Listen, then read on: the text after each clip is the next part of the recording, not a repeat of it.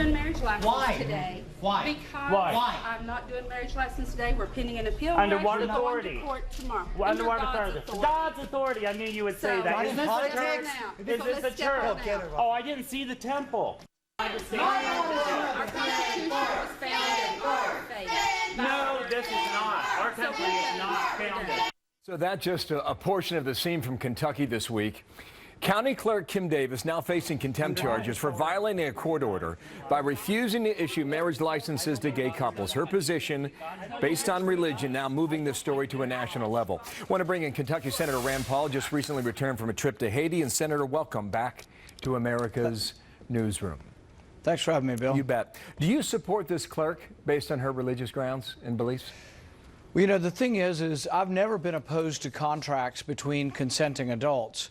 But I am very much sympathetic to the idea that an individual shouldn't have to sign or give their stamp of approval to something they object to. And I think there's an in-between on this. Why couldn't we just have a notary of the public put their seal on it, and then the clerk would file it? My understanding is that she will file it as a contract. She just doesn't want to sign that because that indicates her approval of this. It's a religious objection, right? It's a religious objection. Exactly. Would her contesting this hold up in court? You know, I'm not sure what will happen there. I think that part of the problem here is that, you know, after thousands of years of having one definition for marriage, people want to change the definition. And I've talked to a lot of people who are pro-gay marriage, and some of them will say, you know what, maybe we should do persuasion instead of, bully force on people. And that's why I think this should have always been a state and a local issue. And if local communities want to decide what they want to decide. But now you've got the Supreme Court that weighed in on it, okay? I kind of object to that. I don't think that really the federal government should be involved in something that's always been a state and local issue. We have never had federal licenses for marriage. Our founding fathers didn't go to Washington, D.C. They went to a local courthouse, but the local courthouse made the rules on marriage. And so I think that's the kind of system we should have. Even with the Supreme Court decision, I think it's a mistake to sort of beat people over the head and say, you must believe as we do. And really, I think there ought to be some room for people to exercise their religious beliefs and not be told they have to do something they find morally objectionable. I've got a lot to go through here. Just one more question on this. Mike Huckabee said yesterday he called and spoke to this woman, Kim Davis. Will you talk to her? Yes or no? Yeah, I'll talk to anybody, and I do support the notion that she shouldn't be forced to sign something that she finds religiously objectionable. All right, now Hillary Clinton. We know the man who set up the homebrewed server in Chappaqua, New York, will plead the Fifth. How does that change the direction for that story? I think the big part of the story has always been, do you want a commander-in-chief who makes unwise decisions and that would jeopardize national security simply because they think they're above the law? So this is a big problem. This really goes to the heart of the matter of whether or not Hillary Clinton has the judgment, the soundness of judgment to be commander-in-chief. And I think by doing this plus her lack of defense in Benghazi, you put both of them together and you wonder, really, does she have what it takes, the wisdom that it takes to be commander-in-chief? And I don't think she does. On Iran, you said on Greta's program last night that this really is not a victory for the president, now that it looks like his veto could be sustained in the Senate. Well, but when you consider, Senator, that the sanctions will be gone and the billions of dollars in relief will flood into Tehran, how is that not a victory now? Well, I think the reason why I don't want to portray it as a victory is that we haven't even had the initial vote yet. When we have the initial vote, it will be a vote of disapproval of the agreement with Iran, and it will be a rebuke to the president. 66 U.S. senators, 2/3, every Republican and 12 Democrats are going to vote to disapprove of the agreement with Iran.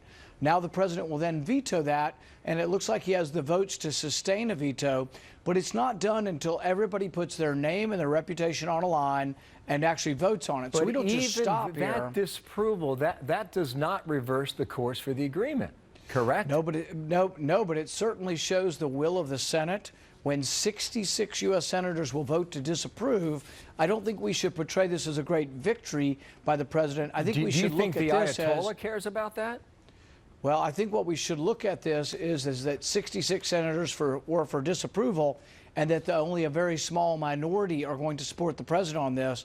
And I think that's the way it should be portrayed, is that the president is going to get his way, the agreement's going to occur, but it's only going to occur because he was able to cobble together a minority.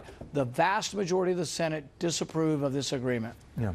Let's talk about you now. 11th place, Real Clear Politics average right now. So it looks like you're ticking downwards a little bit. I don't know what would explain that, but I'm certain that you have an explanation for it. The RNC is going to ask everybody to take this pledge and say that if you don't get the nomination, you won't run as a third-party candidate. Chris Christie with Martha 30 minutes ago signed that pledge here in America's Newsroom. There's the video. Will you sign it? Yes, and the thing is I signed a pledge when I ran for the U.S. Senate because they asked me would I drop out and run as a third party or would I support the nominee.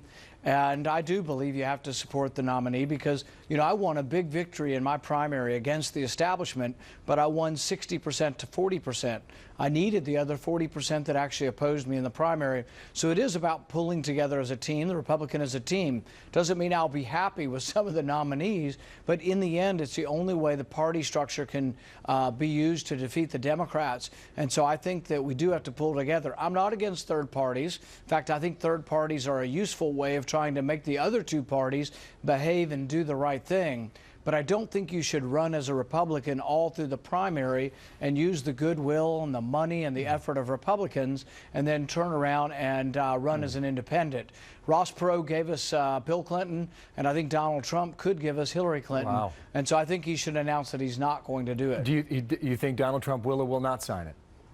You know, I called on him and I challenged him in the debate to do it. So I'm hoping that my challenge to Donald Trump will make him rethink using and abusing the Republican Party. And I think he is going to change his mind. And if so, I was glad to be part of getting him to change his mind. Okay. Now, you put an app out where your supporters were allowed to apply a picture of themselves next to your face. And you got some pretty interesting reactions. Here's a few of them. There's Joe Biden. And there was a little kitty cat in there, too. And there were a lot of them, frankly, that we can't show. I thought it was an interesting technique. I mean, it was kind of a cool strategy. Did it backfire? Well, you know, one of the things, if you're really, really cautious, you don't have any fun, and people don't have any fun, and they're not interested, I think, in overly cautious. So we put something out there that would be fun, and when people have fun, your enemies are going to have fun with you also, but you got to take it with, you know, with a grain of salt. And you got to take it with a light heart. And so, yeah, we think it's fun, and we actually enjoy looking at the ones that are both friendly and unfriendly. You're not taking that down, then. That's what I hear from you. We're not taking it too seriously. All right, got it, Senator. Thank you very much, Rand Paul from Washington D.C. Thank you for your time, Senator. We'll talk again. Thank you. Well, today people are